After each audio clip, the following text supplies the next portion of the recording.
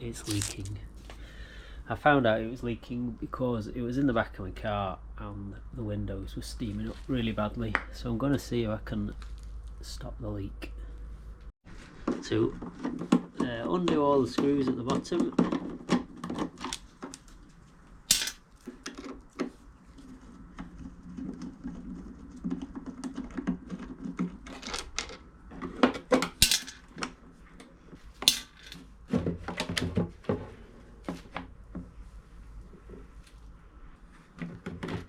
I'll snip that.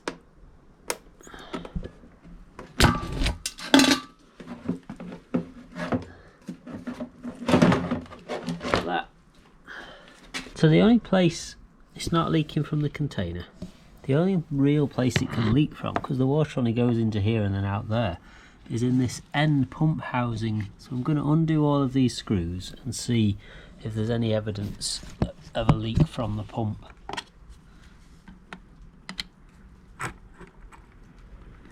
They are huge screws.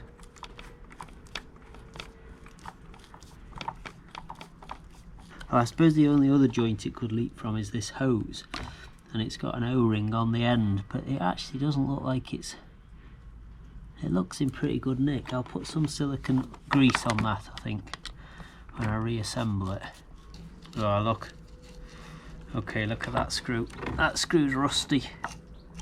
So I think it's leaking from around this housing.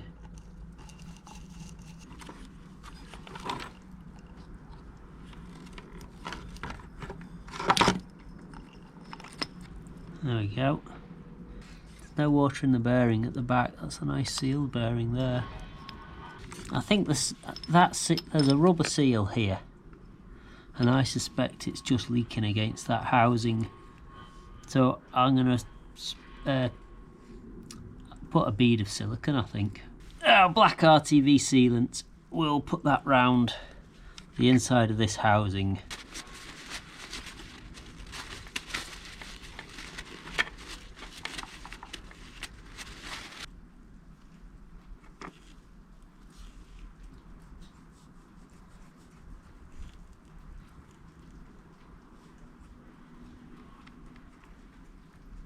Taken all of the screws out, taken the housing off, put a layer of RTV sealant around the mating surface of the pump, and I've assembled it back together.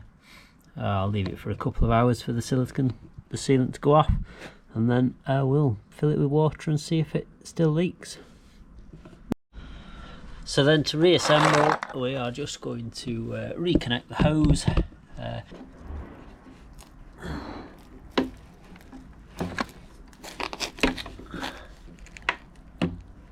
So this is the day after now. The Mobi is full of water, and as you can see there is no leaking, so I'll just give it a quick test run.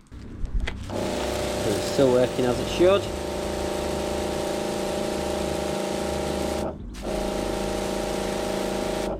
I wouldn't go too mad with the silicone when you're sealing up the pump.